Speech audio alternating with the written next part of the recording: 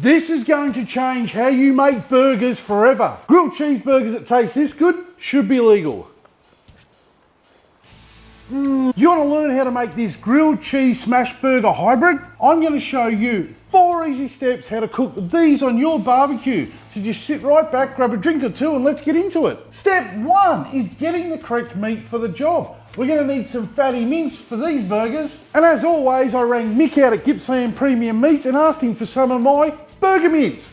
That is a 50-50 mix of brisket and chuck steak, coarsely ground and the perfect combo for burgers. I then just had to portion the mince out to 100 gram balls. To make cheeseburgers, we're going to need some cheese, and I like using this tasty cheese. It's the Australian version of cheddar cheese, unlike the American version, which, it's orange, it has a lot of preservatives, and it doesn't go off. I've actually had that in my fridge since 1981. So we're using Australian tasty cheese, which is cheddar. Burger buns, you can grab whatever you want. I'm using potato buns. Sauces, again keeping it simple with ketchup and mustard. Also, some pickles. If you don't like pickles, keep it to yourself. No one really cares. We'll also need some oil. I'm using olive oil because it was the first thing I grabbed. Some kosher salt for seasoning, and if you don't have kosher salt, get some. A burger press always comes in handy.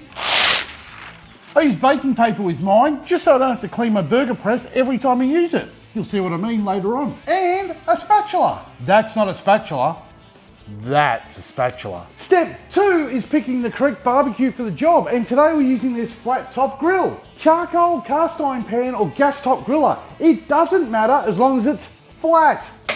Just turn on the liquid charcoal and we're going to let that hot plate warm up for 10 minutes. We want it hot. Don't get all itchy fingered and start throwing food on a cold grill. Now for today's cook, we need the hot plate reading at least 120 degrees Celsius. How do we do that? With one of these. It's a handheld laser pointer thermometer.